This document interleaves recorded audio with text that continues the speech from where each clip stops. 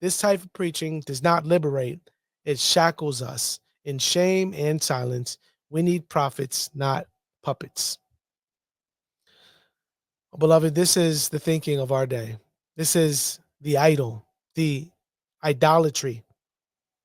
This isn't the only form of idolatry. This is one of them.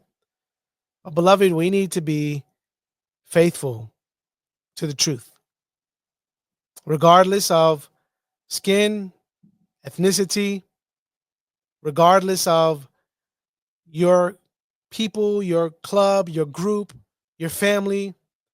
You need to be, and I need to be, about the truth. And if you are about the truth, then you are about the things that please and honor the Lord.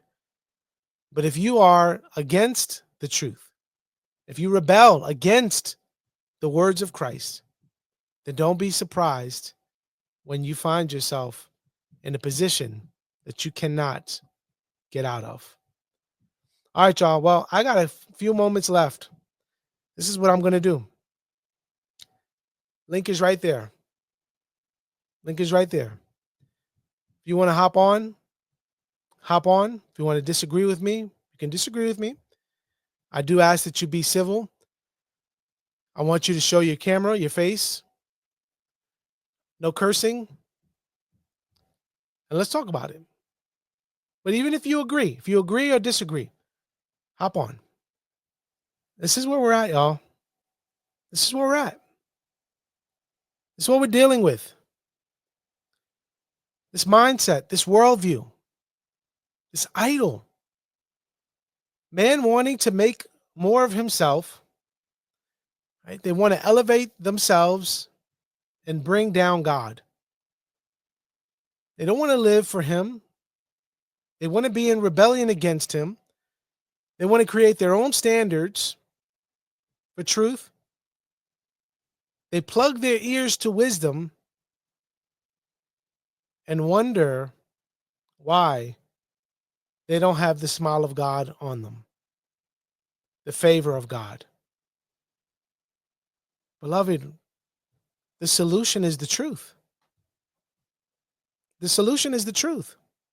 The solution is not fearing man, but fearing God. I've got someone here. Just make sure your camera's on. Make sure we can see you. What's up, brother? Grace and peace. Yo, grace and peace, man. What's going on?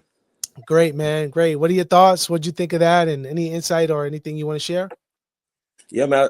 So I wasn't familiar with that. I've been hearing talk about that, but haven't got a chance to really review it. So I do appreciate you covering it.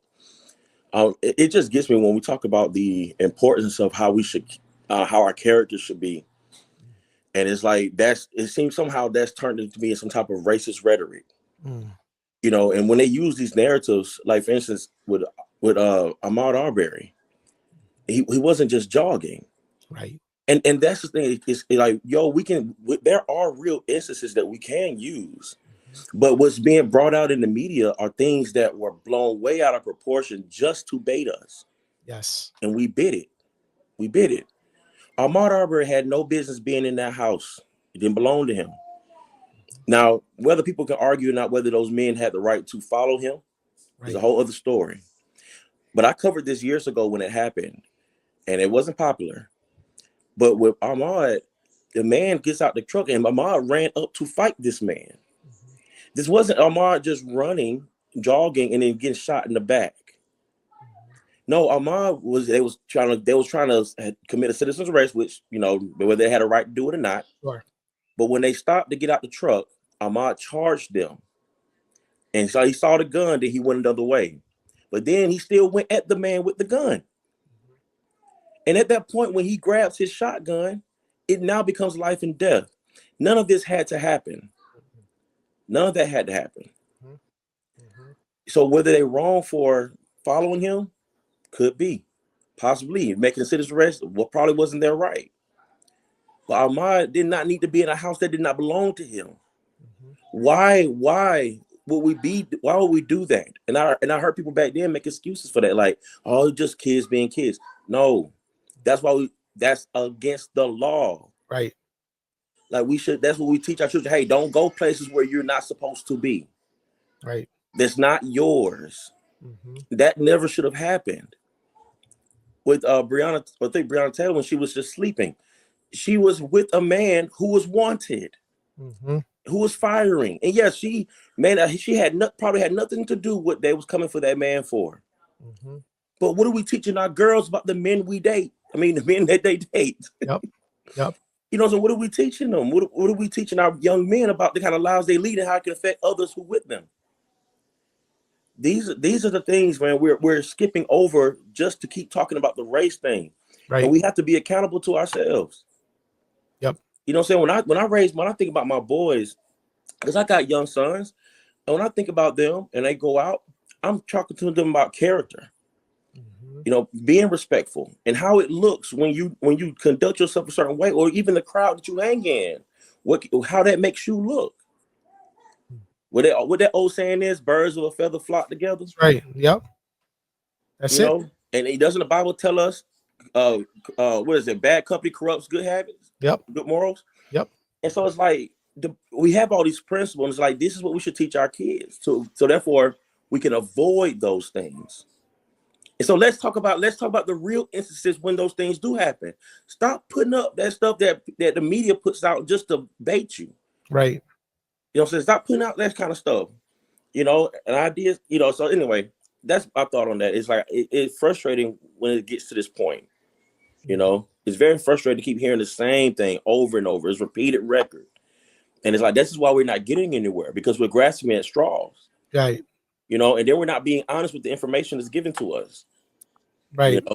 Yeah. Those are great points, man. Did you want to say any more on that?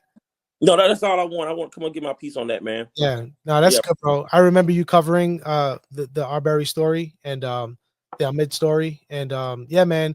And this isn't gonna be the last time, obviously, right? Like this is gonna this is a broken world, and there's injustices that do take place. And what happens when we allow kind of stories like this to be race baited, right? We miss out on the stories where there's real injustice that take place, to your point earlier. And I think like the fundamental problem, man, is like men, when you live outside of God's word and you rebel against his call, right, for you to serve him and to respect authority and to humble yourself, when you live outside of that, there's consequences to your actions, right? Like it starts even at an early age. I posted some of these verses on here. Folly is bound in the heart of a child, but the rod of discipline drives it far from him. Man. Right? That's what children need. That's why parents should be spanking their children or disciplining them, right? So that there's times when you discipline your children, and they're saying that I'm gonna spank you because I love you, and there's a truth to that. Like that feeling of the rod that isn't pleasant should remind them and instruct them and teach them that there's a far greater consequence to your sin. If you continue in the lifestyle of rebellion and you die in your sin, there's going to be the discipline of God for all eternity. And so this is to drive you back, right, in this life, to drive you to Christ now.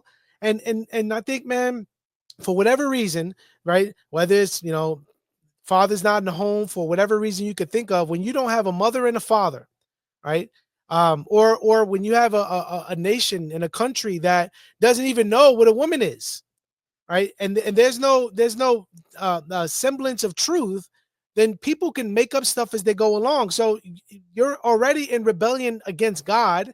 So if you're a rebellion against him, why shouldn't you be in rebellion against everyone else that isn't under your lordship, right? Because you've made yourself out to be a god. So, no, man, I appreciate those thoughts, brother.